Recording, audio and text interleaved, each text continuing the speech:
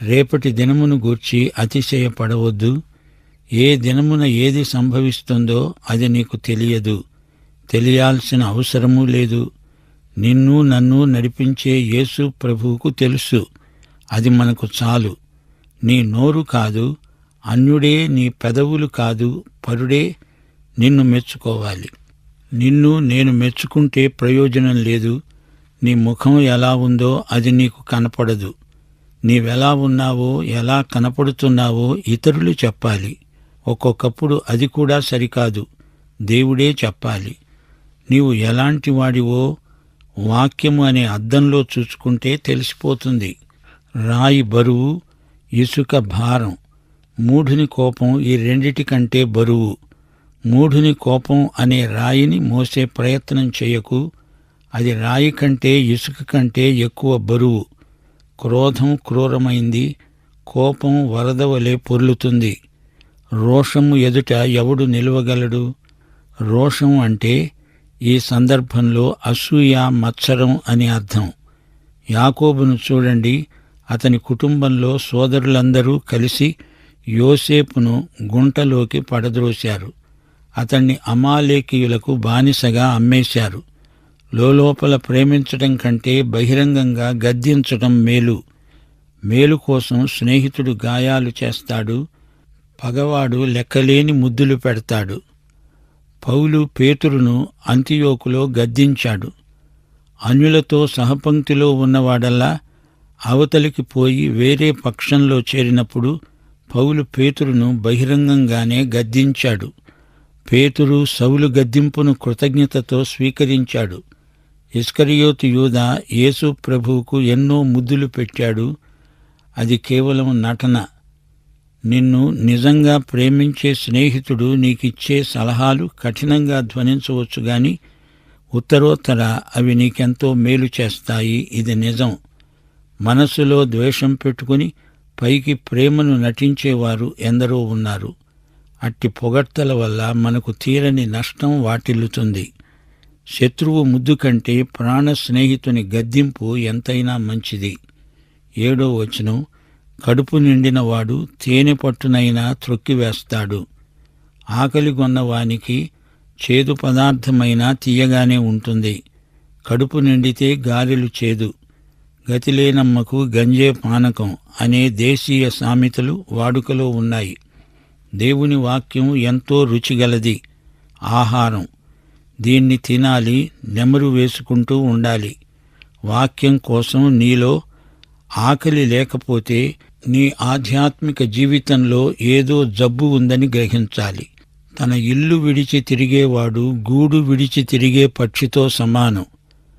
సంఘమే నీ గూడు. దానిని విడిచి నీవు ఊరికే తిరుగుతూ ఉంటే దారి తప్పిన వాడివవుతావు. 2 తిమోతి 4వ అధ్యాయం 10వ వచనంలో పౌలన్నాడు, దేమా ఇహలోకమును స్నేహించి నన్ను విడిచి వెళ్ళాడు. సంఘ సహవాసమును విడిచి లోకంలో కలిసిపోయే దేమాలకు ఇది గొప్ప హెచ్చరిక. నీకు ఇవ్వబడిన తలాంతులు, వరాలు సంఘ పరిధిలోనే వినియోగమవ్వాలి. సంఘమే నీవు వడ్డన చేసే గృహం. అది నీ గూడు. తైలము, అత్తరు హృదయమును సంతోషపరచునట్లు చెలికాని హృదయములో నుండి వచ్చే మధురమైన మాటలు హృదయాన్ని సంతోషపరుస్తాయి. నీ స్నేహితుణ్ణి గాని నీ తండ్రి స్నేహితుణ్ణి గాని విడిచిపెట్టవద్దు. నీకు ఆపద కలిగిన దినమందు నీ సహోదరుని ఇంటికి వెళ్ళవద్దు. దూరములో ఉన్న సహోదరుని కంటే దగ్గరే ఉన్న పొరుగువాడు వాసి. మనందరికీ స్నేహశీలం ఎంతో అవసరం. ఫలవంతమైన సువార్త సేవకు స్నేహశీలం ఎంతో దోహదపడుతుంది. 12వ వచనం, బుద్ధిమంతుడు అపాయము రావడం చూచి దాక్కుంటాడు. జ్ఞానము లేనివాడు యోచింపక ఆపదలో పడతాడు. ముందు చూపు, ముందు జాగ్రత్త గలవాడే జ్ఞాని. 14వ వచనం, వేకువనే లేచి గొప్ప శబ్దముతో తన స్నేహితుణ్ణి దీవించే దీవెన వానికి శాపముగా ఎంచబడుతుంది. ఊరికే పొగిడే వారి విషయమై జాగ్రత్తగా ఉండాలి. పరిమళ తైలాన్ని వాసన చూచి వదలాలి గాని దాన్ని తాగకూడదు. 15, 16 వచనాలు, ముసురు దినాన ఎడతెగక కారే నీళ్లు గయ్యాళి భార్యతో సమానం. దానిని ఆపాలని చూచేవాడు గాలిని ఆపచూచేవానితో సమానం. తన కుడి చేత నూనెను పట్టుకునే వానితో సమానం. ఇదిగో గయ్యాళి భార్య మళ్లీ ఇక్కడ కనిపిస్తున్నది. ఆమె గయ్యాళితనాన్ని ఆపడం చాలా కష్టం. ఇలాంటి గయ్యాళి భార్యను సాధుపరచాలంటే భర్త ఎంతో ప్రార్థనపరుడై ఉండాలి. అతని సహనానికి ఈమె వైఖరి గొప్ప పరీక్ష. 17వ వచనం, ఇనుము చేత ఇనుము పదునవుతుంది, అలాగే ఒకడు తన చెలికానికి వివేకం పుట్టిస్తాడు. మంచి స్నేహితుడు నీ మెదడుకు మనస్సుకు పదును పెడతాడు. నీ స్నేహితునితో నీవు ఆంతరంగిక విషయాలు ఎన్నో చర్చించవచ్చు. అలాంటి స్నేహితుడు మనకు ఉండడం గొప్ప భాగ్యం. ఇద్దరు స్నేహితులు ఆలోచనలు పంచుకుంటారు, మంచి సలహాలు ఇచ్చిపుచ్చుకుంటారు. లోతైన ఆలోచనలు పరస్పర చర్చలో ఉత్పన్నమవుతాయి. అరమరికలు లేకుండా మాట్లాడుకుంటారు. వారి ఆలోచనల్లో భేదం ఉండవచ్చు గాని వారిద్దరి మధ్య ఎట్టి భేదము ఉండదు. ఇలాంటి మంచి స్నేహితులకు జేజేలు. 19వ వచనం, నీటిలో ముఖానికి ముఖము కనబడినట్లు ఒకని మనస్సునకు మరొకని మనస్సు కనబడుతుంది. పాతాళానికి అగాధ కూపానికి తృప్తి కానేరదు, అలాగే నరుల దృష్టి తృప్తి పొందనేరదు. స్నేహితులకు ఒకరి మనస్సు ఒకరికి తెలిసిపోతుంది. మానవునికి జ్ఞాన సముపార్జనలో తృప్తి ఉండదు, ఉండకూడదు. ఎల్లప్పుడూ ఎడతెగక జ్ఞానాన్ని కోరుతూ ఉంటుంది మనస్సు. పాతాళం సంగతేమిటి? అది అగాధ కూపం. ఎంతమందిని మింగినా దానికి తృప్తి అంటూ ఉండదు. మనము ప్రయాణాలు ఎక్కువ చేసి ఎంతో నేర్చుకుంటాము. మనం జీవితమంతా విద్యార్థులమే. మూస చేత వెండిని, కొలిమి చేత బంగారాన్ని, తాను పొందిన కీర్తి చేత నరుణ్ణి పరిశీలించవచ్చు.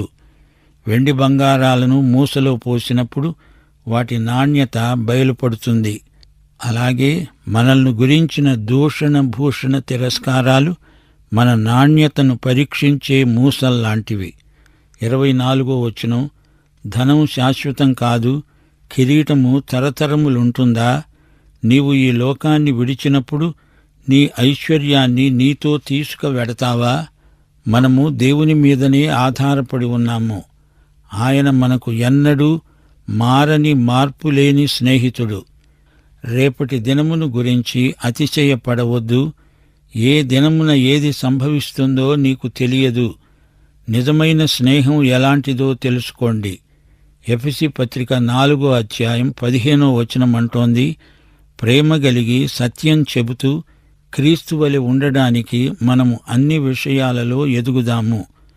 5-6 వచనాలు మరొకసారి పరిశీలించండి. లోలోపలే ప్రేమించడం కంటే బహిరంగంగా గద్దించడమే మేలు. మేలును కోరి స్నేహితుడు గాయాలు చేస్తాడు. పగవాడు లెక్కలేని ముద్దులు పెడతాడు. స్నేహితంలో ఇది సహజమే. నీ ప్రాణ స్నేహితునికి గాయం చేయాల్సి వస్తుంది. ప్రేమ గలిగి సత్యం చెప్పాలి. అది గాయం చేస్తుంది. స్నేహితంలో ద్రోహబుద్ధి, అసూయ ఉండవు. క్రోధం, రోషం స్నేహితంలో ఉండకూడదు. స్నేహితుని మేలునే ఎల్లప్పుడూ కోరుతాము. స్నేహితుని హృదయములో నుండి మధురమైన మాటలే వస్తాయి. పొగడినా అందులో యథార్థత ఉండాలి. బిగ్గరగా ఉట్టి పొగడ్తలు చేసేవాడు తన స్నేహితునికి కీడు చేసిన వాడవుతున్నాడు. పొగడ్తలకు మనం ఎలా స్పందిస్తామో అందులో మన సౌశీల్యం ఏ స్థాయిలో ఉందో తెలిసిపోతుంది. పుటం పెట్టిన బంగారం ఎంత నాణ్యత గలదో తెలిసిపోతుంది. ఈ సందర్భంలో 1 సమూయేలు 18వ అధ్యాయం 1 నుండి 16వ వచనం వరకు పరిశీలిస్తే పొగడ్తలు దావీదుకు మేలు చేశాయి, సౌలుకు కీడు చేశాయి. దావీదు ఫిలిష్తీయులను హతము చేసి తిరిగి వచ్చినప్పుడు స్త్రీలు ఇశ్రాయేలీయుల ఊళ్ళన్నిటిలో నుండి తంబురులతో వాద్యాలతో పాడుతూ నాట్యమాడుతూ రాజైన సౌలుకు ఎదురు వచ్చారు. ఆ స్త్రీలు గాన ప్రతిగానములు చేస్తూ వాయిస్తూ సౌలు 1000 కొలది, దావీదు 10,000 కొలది శత్రువులను హతం చేశారు అన్నారు. ఈ మాటలు సౌలుకు ఇంపుగా ఉండనందున అతడు బహుకోపం తెచ్చుకున్నాడు. నాటి నుండి సౌలు దావీదు మీద విషపు చూపు నిలిపాడు. సౌలు దావీదు మీదికి ఈటె విసిరాడు. అది తగలకుండా దావీదు 2 మారులు తప్పించుకున్నాడు. యెహోవా తనను విడిచి దావీదుకు తోడై ఉండడము చూచి సౌలు దావీదుకు భయపడ్డాడు. దావీదు మిగుల బుద్ధి కలవాడై ప్రవర్తించడం చూచి మరీ అధికంగా భయపడ్డాడు. నీ ఎదట ప్రజలు నిన్నుగాక మరొకరిని పొగుడుతూ ఉంటే నీకేమనిపిస్తుంది? స్నేహితులు పరస్పరం విశ్వసనీయులై ఉండాలని ఈ అధ్యాయం మనకు బోధిస్తోంది. కుటుంబానికి, పొరుగువారికి కూడా మనం నమ్మకంగా ఉండాలి. ఒకరొకరికి అవసరం వచ్చినప్పుడు తోడ్పడాలి. సన్నిహిత స్నేహితులు ఎవరికి వారే అన్నట్లు బ్రతకకూడదు. ఒకరికొకరు కావాలి అని గ్రహించాలి. ముఖస్థుతులకు, ఇచ్చకపు మాటలకు లొంగిపోకూడదు. యథార్థమైన ప్రశంసలు ప్రోత్సాహకాలే గాని ఇచ్చకపు మాటలు ఎంతో కీడు చేస్తాయి. ఇచ్చకపు మాటలాడే నోరు నష్టం కలుగచేస్తుంది. పగవాడు లెక్కలేని ముద్దులు పెడతాడు. 2 సమూయేలు 20వ అధ్యాయం 9 నుండి 10వ వచనం వరకు యోవాబు అమాషాతో అన్నాడు, నా సహోదరా, నీవు క్షేమంగా ఉన్నావా? ఈ మాట అంటూ అమాషాను ముద్దు పెట్టుకొనేటట్లు కుడిచేత అతని గడ్డం పట్టుకొని అమాషా యోవాబు చేతిలో ఉన్న కత్తిని చూడక తనను తాను కాపాడుకొనకుండా ఉండగా యోవాబు అతని కడుపులో కత్తిని గుచ్చాడు. వెంటనే అతని పేగులు నేలకు జారి ఆ దెబ్బతోనే అతడు చనిపోయాడు. మత్తయి సువార్త 26వ అధ్యాయం 48 నుండి 50వ వచనం వరకు కపటపు ముద్దును చూడండి. ఆయనను అప్పగించేవాడు నేనెవరిని ముద్దు పెట్టుకుంటానో ఆయనే యేసు, ఆయనను పట్టుకొనండని వారికి గుర్తు చెప్పి వెంటనే యేసునద్దకు వచ్చి బోధకుడా శుభమని చెప్పి ఆయనను ముద్దు పెట్టుకున్నాడు. యేసు అన్నాడు, చెలికాడా, నీవు చేయవచ్చినది చెయ్యి. స్నేహితుడికి మేలు చేస్తామని పొగడుతారు గాని అది అతనికి ఎంతో కీడు చేస్తుందని గ్రహించాలి. తన పొరుగువానితో ఇచ్చకములాడేవాడు వానిని పట్టుకోవడానికి వలవేసేవాడని పసికట్టాలి. మనుషుల హృదయాలలో గూడు కట్టుకున్న అతి హీనమైన, హానికరమైన దురుద్దేశాలలో ఒకటి అసూయ. యేసు ప్రభువును మతాధికారులు అసూయ చేతనే గదా అప్పగించారు. ఆగ్రహం క్రూరమైంది, కోపం వరద లాంటిది. అయితే అసూయ ఎదట నిలవగలవాడెవడు? మందలింపులోని విలువను మనం గ్రహించాలి. శత్రువు ముద్దుల కంటే స్నేహితుల చేత గాయపడడం ఎంతో నయం. 141 కీర్తన 5వ వచనం దావీదు మనస్తత్వం ఇదే. నీతిమంతులు నన్ను కొట్టడం నాకు ఉపకారం, వారు నన్ను గద్దించడం నాకు తైలాభిషేకం. ఇతరులతో, మన స్నేహితులతో మన సంబంధ బాంధవ్యాలు ఎలా ఉండాలి? మన గుణశీలమును రూపుదిద్దేలా ఉండాలి. దేవుని సేవలో మనం మంచి సాధనములయ్యేందుకు మంచి స్నేహం ఎంతో దోహదపడుతుంది అని గుర్తించాలి. మనిషి తన అంతరంగంలో ఎలాంటివాడో అదే నిజం. బయటికి మాత్రమే కనిపించేది వేషధారణ, అది నిజం కాదు. 1 యోహాను 2వ అధ్యాయం 16వ వచనం శరీరాశ, నేత్రాశ, జీవపు డంబం లోకంలో ఉన్నాయి. తనకున్న దానికంటే ఎక్కువ ఆశించటం లోక ప్రవృత్తి. లౌకికవాదికి తృప్తి ఉండదు. ఎంత ఉన్నా ఇంకా కావాలంటాడు. పొగడ్తలకు విశ్వాసి ఎలా స్పందిస్తాడో దాన్ని బట్టి అతని ఆధ్యాత్మిక శీలం బట్టబయలవుతుంది. గర్విష్ఠులు, పొగడ్తలను ఆశించేవారు, ముఖస్థుతులకు పొంగిపోయే మూఢులు ఎవరో ఇట్టే తెలిసిపోతుంది. స్తుతి అంతా దేవునికే చెందాలని వినయశీలి ఆశిస్తాడు. భవిష్యత్తును గురించి ఆందోళన చెందవద్దు. ఈ అధ్యాయం ఇదే సత్యాన్ని బోధిస్తోంది. ఇదే సందేశం యేసు ప్రభువు చేసిన కొండమీది ప్రసంగంలో ఉంది. మత్తయి సువార్త 6వ అధ్యాయం 25 నుండి 34వ వచనం వరకు సారాంశమిదే. భవిష్యత్తును గురించి చింతించటం వలన నీ ఎత్తు మూరెడు ఎక్కువ చేసుకోగలవా? ఆయన రాజ్యమును నీతిని మొదట వెదకండి, అప్పుడు అవన్నీ మీకు అనుగ్రహించబడతాయి. రేపటిని గూర్చి చింతించకండి, రేపటి దినం దాని సంగతులను గూర్చి చింతిస్తుంది. ఏనాటి కీడు ఆనాటికి చాలు. నీ కుటుంబ పోషణకై ముందు జాగ్రత్త పడకూడదని ప్రభువు చెప్పలేదు. ఈ పాఠంలోని ముఖ్యాంశాలను గమనించండి. 6వ వచనం, మేలు కోరే స్నేహితుడు కఠినంగా మాట్లాడినా అభ్యంతరపడవద్దు. శత్రువు యొక్క ఇచ్చకపు మాటలను నమ్మవద్దు. స్నేహితుడు చేసిన గాయం శత్రువు ముద్దు కంటే నయం. శత్రువు పలికే ఇచ్చకాలు నిన్ను నాశనానికి నడిపిస్తాయి. 15-16 వచనాలు గయ్యాళి భార్యను గురించినవి. గాలిని ఆపగలవా? నూనెను గుప్పిట్లో పట్టుకోగలవా? అలాగే గయ్యాళి గంప అయిన భార్య మాటలను ఆపడం అసాధ్యం. ఇద్దరు స్నేహితులు పరస్పరం ప్రోత్సహించుకుంటారు. ఒకరి మనస్సుకు ఒకరు పదును పెట్టుకుంటారు. ఆకురాయి ఇనుమే, దానితో ఇనప ముక్కను రుద్దితే దానికి మెరుగు వస్తుంది. అంజూరపు చెట్టు ఫలసాయం ఎడతెగని ఆదాయం. ఒకరి మనస్సును ఒకరు చదవగలగడం గొప్ప నేర్పు. నీటిలో నీ ముఖం ప్రతిఫలిస్తుంది. నీ స్నేహితుడి మనస్సు అంత బాగా నీకు కనపడాలి. ముఖ కవళికలలో మనస్సును చదవవచ్చు. పాతాళం నోరు తెరుచుకొని ఉంది.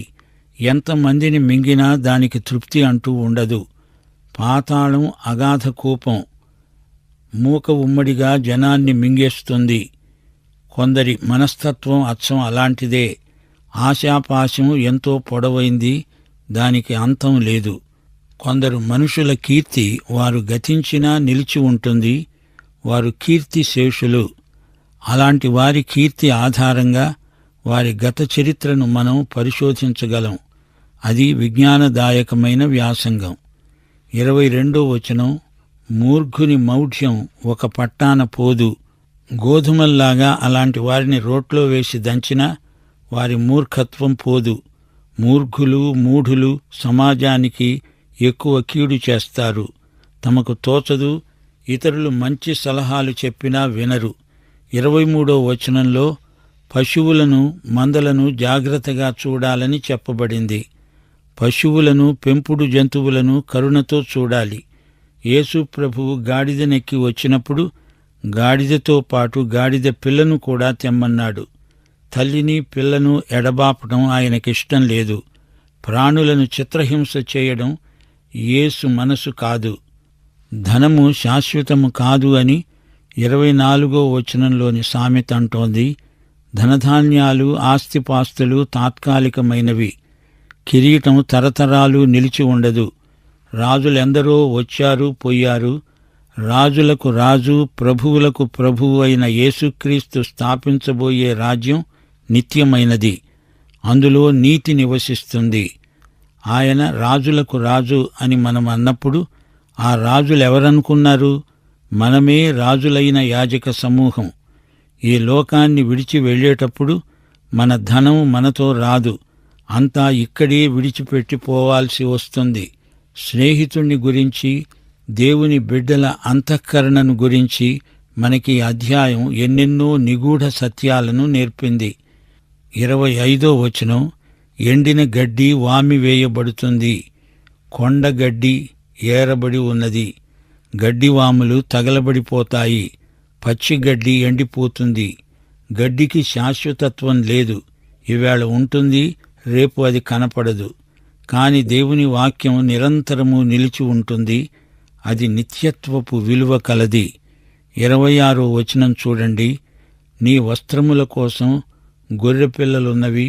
గొర్రెల ఉన్ని మనకు మంచి దుప్పట్లవుతాయి. పొట్టేళ్లనిచ్చి పొలం కొంటారు. గొర్రెలు, పొట్లేళ్లు మనకు చేసే మేలు ఇంతా అంతా కాదు. రైతులు గొర్రెలను, పొట్టేళ్లను శ్రద్ధగా కాస్తారు. గొర్రెపిల్ల దేవుని దృష్టిలో ప్రత్యేకమైనది. ఈ సృష్టి ఉనికిలోకి రాకముందే దేవుడు యేసును గొర్రెపిల్లగా పోల్చాడు. జగత్ పునాదికి ముందే వధింపబడిన దేవుని గొర్రెపిల్ల. ఇదిగో లోక పాపమును మోసికొని పోయే దేవుని గొర్రెపిల్ల. బొత్సు కత్తిరించే వాని ఎదట గొర్రెపిల్ల ఎలా మౌనంగా ఉంటుందో అలాగే ఆయన నోరు తెరవలేదు. గొర్రెపిల్ల వంటి యేసు మీదనే పరిశుద్ధాత్మ పావురం వాలింది. ఈ అధ్యాయంలో చివరి వచనం విచిత్రమైన సామెత. నీ ఆహారానికి, నీ ఇంటివారి ఆహారానికి, నీ పనికత్తెల జీవనానికి మేకపాల సమృద్ధి ఉంటుంది. గొర్రెలు, పొట్టేళ్లు, మేకలు ఆ రోజుల్లో రైతులకు చరాస్తి. బైబిల్లో గొర్రెలు రక్షించబడిన వారికి, మేకలు రక్షణ లేని వారికి సంకేతాలుగా పేర్కొనబడడం విశేషం. తీర్పు రోజున గొర్రెలను, మేకలను దేవుడు వేరు చేస్తాడు. కుడివైపున గొర్రెలుంటే ఎడమవైపున మేకలుంటాయి. ఈ అధ్యాయంలోని సామెతలు సాధారణమైనవిగా ధ్వనించినా వీటిలో ఎంతో జ్ఞానం నిక్షిప్తమై ఉంది. బుద్ధిజ్ఞానముల సర్వసంపదలు క్రీస్తునందు గుప్తమై ఉన్నవి. నీవి క్రీస్తును వ్యక్తిగత రక్షకుడుగా ఎరుగుదువా? అయితే ఈ పాఠం నీకోసమే. దైవాశీస్సులు. ఆమేన్.